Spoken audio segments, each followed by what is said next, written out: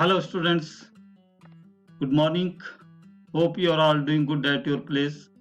This is Ramesh Sharma, and welcome you all in this online class on my YouTube channel Digital Classroom. बच्चे पिछले videos में हमने characteristics and importance of management learn किया था, and in this video we shall learn levels of management. So what is level of management? Levels of management. बच्चे किसी भी संगठन में जो काम करने वाले जो सदस्य होते हैं उनको हम दो श्रेणियों में विभक्त कर सकते हैं। एक होता है मैनेजरियल मेंबर्स एंड दूसरा होता है नॉन मैनेजरियल मेंबर्स, यानी कि एक प्रबंधकीय सदस्य और दूसरे अप्रबंधकीय सदस्य।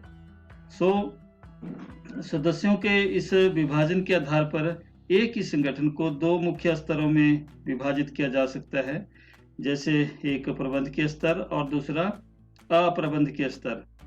तो मैनेजरियल जो मेंबर्स होते हैं उसमें कौन कौन से लोग आते हैं, उसमें रखा जाता है किसी न किसी का प्रबंध करते हैं, एंड इन सबके अधीनस्थ होते हैं, जैसे मुख्य कार्यकारी अधिकारी है, चीफ एग्जीक्यूटिव ऑफिसर्स है, वो सर्वोच्च पद पर होता है, और विभागीय प्रबंध के जो डिपार्टमेंटल मैनेजर्स होते हैं उनके जो मुख्य कार्यकारी अधिकारी सीईओ चीफ एग्जीक्यूटिव ऑफिसर का अधीनस्थ होता है, और पर्यवेक्षक सुपरवाइजर विभागीय प्रबंधक के नीचे काम करते हैं, इसलिए वो विभागीय प्रबंधक के अधीनस्थ होते हैं।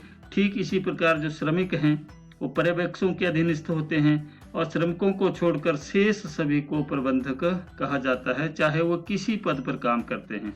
वास्तव में प्रबंधक ही प्रबंध के स्तरों का निर्माण करते हैं। तो और दूसरा था नॉन मैनेजरियल मेंबर्स, उसमें हमारे पास आएगा अप्रबंधकीय सदस्य वो होते हैं जो जॉब पर प्रत्यक्ष रूप से काम करते हैं, एंड इस श्रेणी में श्रमिकों को सम्मिलित किया जाता है। जहां पर ये काम करते हैं उस स्थान को प्लेटफॉर्म भी हम कहते हैं, प्लेटफॉर्म एरिया, क्योंकि ये संगठन में सबसे अंतिम कड़ी होते हैं, अतः इनका कोई अधीनस्थ नहीं होता। इसी कारण इन्हें प्रबंधक नहीं कहा जा सकता और ना ही इनकी गिनती प्रबंध के स्तरों में ही की जा सकती है। ये अप्रबंधकीय स्तर नॉन मैनेजरियल लेवल्स का निर्माण करते हैं जो वर्कर्स लेवल्स के होते हैं। सो हियर नेक्स्ट है हमारे पास जो ये पिरामिड है, that is okay levels of management हम यहाँ देख सकते हैं। Top level management, middle level management and lower level management. तो ये जो पिरामिड आकार का त्रिभुजाकार का आप एक चित्र देख रहे हैं, सबसे ऊपर जो होते हैं ये बोर्ड ऑफ डायरेक्टर्स होते हैं और इनकी संख्या कम होती है। देखिए आप ये डायग्राम में भी देख पा रहे हैं, यानी कि सबसे कम है। तो इसमें कौन कौन से लोग आते हैं टॉप लेवल में? इसमें बोर्ड ऑफ डायरेक्टर्स हैं, चेयरमैन है, एंड जीएम है, president, vice president, chief executive officers, chief financial officers जो पूरा फाइनेंस का काम देखता है, एंड चीफ ऑपरेटिंग ऑफिसर जो पूरा ऑपरेशंस का काम जो है वो इसी लेवल में होता है। एंड दूसरा है middle level management, middle level. तो इसमें जितने भी डिपार्टमेंटल हेड है, ब्रांच मैनेजर्स हैं, like purchase manager, sales managers and marketing manager, executive officers, plant superintendent, divisional head and departmental head, ये सारे लोग जो हैं मिडिल लेवल मैनेजमेंट के अंतर्गत आते हैं। And in lower level management में जिसको हम सुपरवाइजरी लेवल भी कहते हैं, इसमें बच्चे supervisor, superintendents, foreman, accounts officer, sales officer, section officers and सब डिपार्टमेंटल ऑफिसर्स, ये सभी लोग जो है इस सुपरवाइजरी लेवल ऑफ मैनेजमेंट के अंतर्गत आते हैं। एंड वन थिंग जो मैं आपको और इसमें बताना चाहता हूँ, इसमें जो हमारे पास जो लेवल्स हैं तो ऊपर से नीचे को, इसमें आप देखेंगे कि जो हमारे पास जो नीचे को यहाँ पर हमारे पास क्या आएगा, अथॉरिटी। जो भी अथॉरिटी होगी वो ऊपर से नीचे की तरफ आती है, एंड इधर को हमारे पास चलती है अकाउंटेबिलिटी।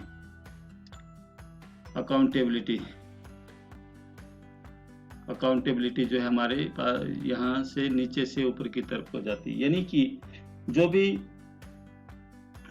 अथॉरिटी है, जो भी आपको ऑर्डर मिलेगा वो ऊपर से नीचे को मिलेगा, एंड जो नीचे के जो सुपरवाइजरी लेवल्स से नीचे के जो लोग हैं ये सारे अकाउंटेबल होंगे to the middle level and top level management के प्रति अकाउंटेबल होंगे, एंड जो अथॉरिटी होगी वो ऊपर से नीचे को फ्लो करेगी, एंड अकाउंटेबिलिटी जो है वो नीचे से ऊपर को फ्लो करती है। तो this is the one main thing. Okay, so here again levels of organizations हम आप देख रहे हैं, जो टॉप लेवल मैनेजमेंट में बहुत कम लोग रहते हैं, जो बहुत ही जिनको पूरा जो पॉलिसीज होती हैं वो फ्रेम करनी होती हैं, और ये यहाँ पर बहुत कम लोग होते हैं, एंड इन मिडल लेवल में इनकी संख्या बढ़ती जाती है, और लोअर लेवल में और भी ज़्यादा संख्या होती है, एंड ये दिस इज जो है वर्कमैन है, लेबरर्स हैं, और इनको आप नॉन मैनेजरियल लेवल्स भी आप इसको जो है कह सकते हैं। एंड नेक्स्ट है हमारे पास जो टॉप लेवल मैनेजमेंट में कौन कौन से लोग आते हैं। तो मैंने जैसे कहा बोर्ड ऑफ डायरेक्टर्स हैं, चीफ एग्जीक्यूटिव ऑफिसर्स हैं, चेयरमैन है, मैनेजिंग डायरेक्टर्स हैं, एंड प्रेसिडेंट है, वाइस प्रेसिडेंट है, जनरल मैनेजर है, एंड चीफ फाइनेंशियल ऑफिसर है, चीफ ऑपरेटिंग ऑफिसर है। ये सभी लोग जो है टॉप लेवल मैनेजमेंट के अंतर्गत आते हैं, जो कि पॉलिसीज फ्रेम करते हैं। एंड नेक्स्ट है इसके टॉप लेवल मैनेजमेंट के फंक्शंस, हम करेंगे वन बाय वन। नंबर 1 है determining of objectives, determining of objectives, and number 1 determining of objectives. बच्चे इसके अंतर्गत क्या आएगा कि जितने भी जो उद्देश्य हैं वो उच्च स्तरीय प्रबंधक जो हैं वो संस्था के उद्देश्यों का निर्धारण करते हैं। जैसे संस्था के उत्पादन को आगामी वर्ष में डबल करने का उद्देश्य निर्धारित करना, एक उद्देश्य हो सकता है कि हम नेक्स्ट जो कमिंग ईयर्स हैं व्यवसाय में, उनमें जो प्रोडक्शन है उसमें जो शेयर्स है उसको कैसे डबल कर सके। एंड नंबर 2 है डिटरमाइनिंग पॉलिसीज, जो पॉलिसीज हैं नीतियों का निर्धारण करना, और इसी स्तर पर उद्देश्यों की प्राप्ति हेतु नीतियों को निर्धारित करना होता है। जैसे उत्पादन बढ़ाने हेतु नई मशीनरी लगाने की योजना हो सकती है कि किस प्रकार से उत्पादन बढ़े, तो उसके लिए आप एक कैसे नई जो मशीनरी है उसको परचेज करना है।